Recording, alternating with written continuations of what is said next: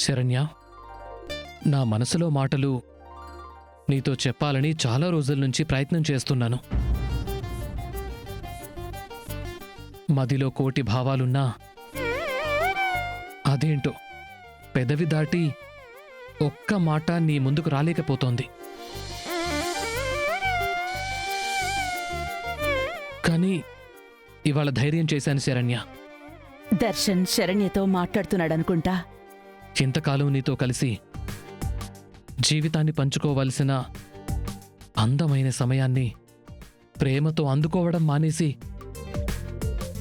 నిన్నర్థం చేసుకోకుండా వృధా చేశాను. ఇప్పటికీ నీ మనసేంటో నాకు తెలిసింది. నా సర్వస్వం నువ్వని, ఈ గుండె చప్పుడికి ప్రాణాధారం నువ్వని నా శ్వాస అణువణువు నాతో చెప్తోంది.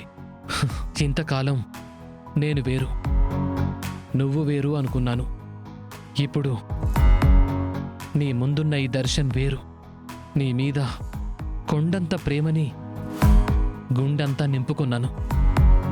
నువ్వు తప్ప మరే ధ్యాస ఈ మనసుకు లేదు. ఈ కళ్ళ ముందు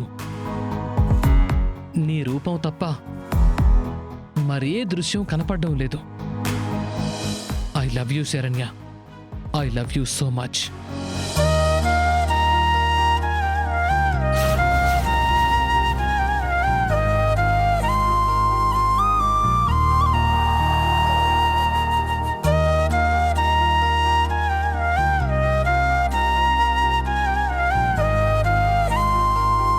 దర్శన్,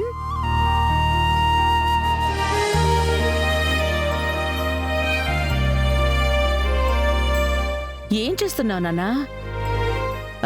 ఇప్పటి వరకు నువ్వు మాట్లాడుతుంది, మనసులో మాటలు పంచుకుంటుంది శరణ్యతో కాదా? తన ఫోటోతోనా?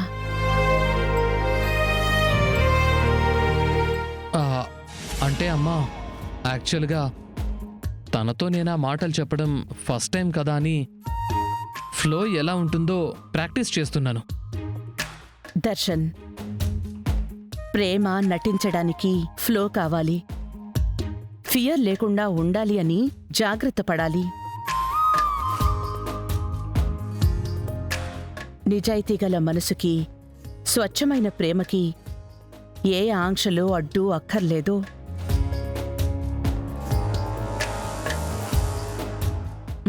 నువ్వెళ్ళు, శరణ్యతో ప్రశాంతంగా మాట్లాడు. All the best. ఓ అవునా, ఎలా చెప్తావో నేను చూస్తాను. వెళ్ళు నాన్నా.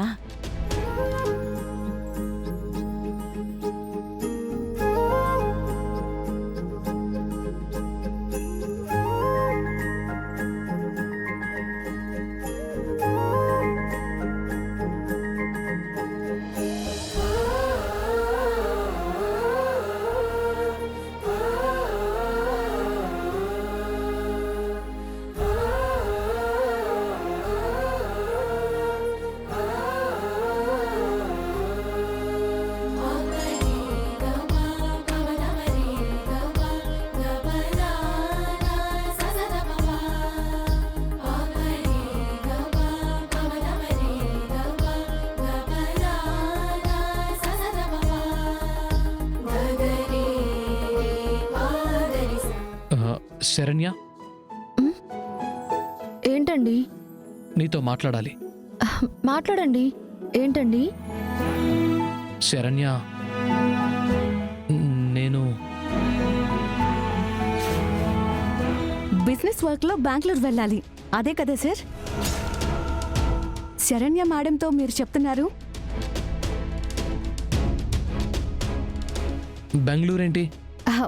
అదే సార్, లాస్ట్ టైం వెళ్లాల్సిన మీటింగ్ని మరో రోజుకి పోస్ట్ పోన్ చేశాం కదా, అదే మీటింగ్ సార్ ఇది. ఈసారి మీటింగ్కి శరణ్య మేడం కూడా మీతో పాటు ఉంటారు సార్.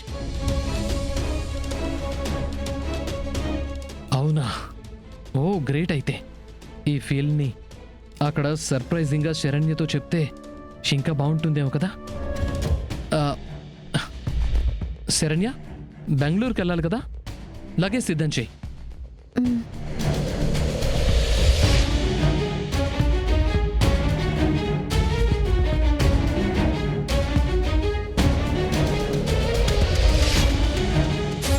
దర్శన్, దూరం నుంచి మీరు ఆకాశం భూమిలాగా కలిసినట్టే కనిపించినా ఎప్పటికీ మీరు ఒక్కటవ్వలేరు, అవ్వనివ్వను. బెంగళూరు వెళ్ళేది మీ ఇద్దరు మాత్రమే కలిసి కాదు, కూడా నేను కూడా ఉంటాను.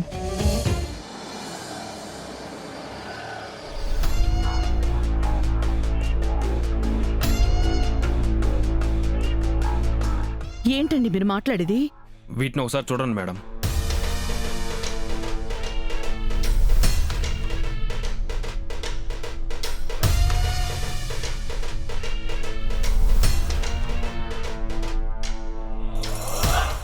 lakhs, 5 lakhs.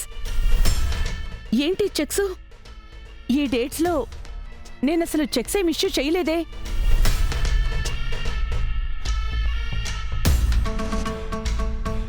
అదే మేడం నేను మీతో మాట్లాడాలనుకుంది. కంపెనీ నుంచి 1 రూపీ ట్రాన్సాక్షన్ జరిగినా అది అకౌంట్స్లో ఉంటుంది. బట్ ఈ అమౌంట్స్ ఏవి అకౌంట్స్లో రికార్డ్ అవ్వలేదు.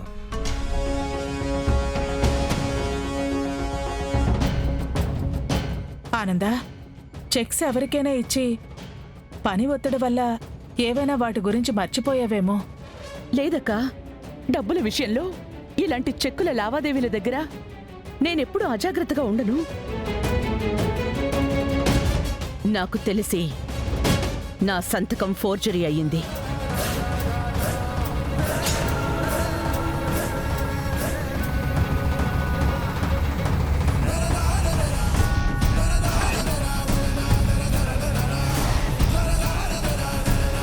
ఫోర్జరీ జరిగిందా? ఎవరు చేశారమ్మా ఈ పని?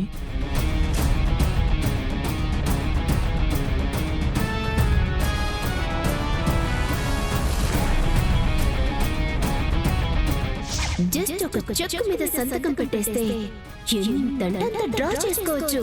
నా సంతకాన్ని ఫోర్జరీ చేసి బ్యాంక్ నుంచి డబ్బులు తీయడం ఏంటి?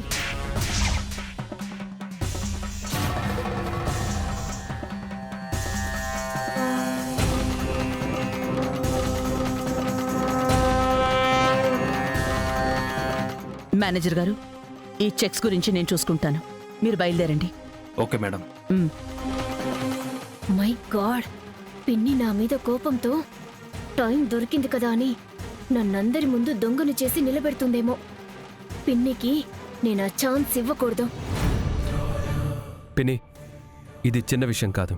సైన్ ఫోర్జరీ అనేది చాలా పెద్ద నేరం కూడా. పోలీసులకి ఫోన్ చేసి పిలిస్తే వాళ్ళే ఎవరి పని చేశారో తేలుస్తారు. బ్రో, ఎందుకు ఇంత చిన్న విషయాన్ని హైలైట్ ఆఫ్ ది హౌస్ అన్నట్టు అంత చేసి మాట్లాడుతున్నావు?